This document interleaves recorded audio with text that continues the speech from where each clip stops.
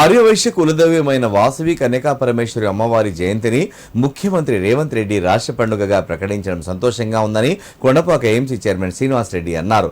ఎన్ని ప్రభుత్వాలు మారినా ఆర్యవైశ్యులను గుర్తించలేదన్నారు. కాంగ్రెస్ ప్రభుత్వం గుర్తించి కార్పొరేషన్ ఏర్పాటు చేసిందని హర్షం వ్యక్తం చేశారు. వాసవి కన్యకా పరమేశ్వరి జయంతిని రాష్ట్ర పండుగగా ప్రకటించిన సీఎం రేవంత్ రెడ్డికి కుకునూరుపల్లి ఆర్యవైశ్య సంఘం సభ్యులు కృతజ్ఞతలు తెలుపుతూ సిద్దిపేట జిల్లా కుకునూరుపల్లి మండల కేంద్రంలో ఆయన చిత్రపటానికి పాలాభిషేకం చేశారు. కార్యక్రమానికి ఎంసీ చైర్మన్ విరుపాక శ్రీనివాసరెడ్డి ముఖ్య అతిథిగా హాజరై మాట్లాడారు. వాసవి కన్యకా పరమేశ్వరి జయంతిని అధికారికంగా రాష్ట్ర పండుగగా గుర్తించడం వల్ల రాష్ట్ర వ్యాప్తంగా ఆర్యవైశ్య సమాజానికి గౌరవం పెరిగిందని తెలిపారు. రాష్ట్రంలోని ఆర్యవైశ్య కుటుంబాలు సీఎం రేవంత్ రెడ్డికి రుణపడి ఉంటాయన్నారు.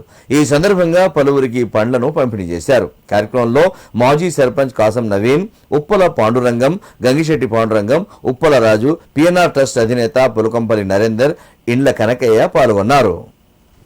ముఖ్యమంత్రి వర్యులు మా వాసవి మాత కులదైవం, మా ఆర్యవైశ్యుల కులదైవం అయినటువంటి వాసవి మాత జయంతిని పురస్కరించుకొని రాష్ట్ర అధికారిక పండుగగా ప్రకటించి మాకు జీవో విడుదల చేసినందుకు వారికి ప్రత్యేకంగా కృతజ్ఞతలు తెలుపుతున్నాం.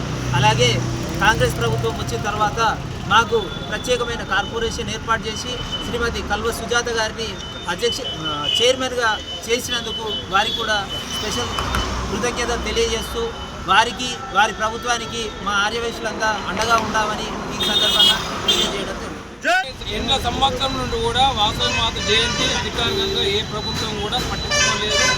అందుకే చేయడం వల్ల కాల్వ సుజాత చైర్మన్ అవ్వట్ల ఆమె సహకారంతో రేవంత్ రెడ్డి ఒప్పుకోవడం జరిగింది. అధికారంగా రేపు 26 నాడు ఆమె జన్మ జయంతి జరుపుకోవడం జరుగుతుంది.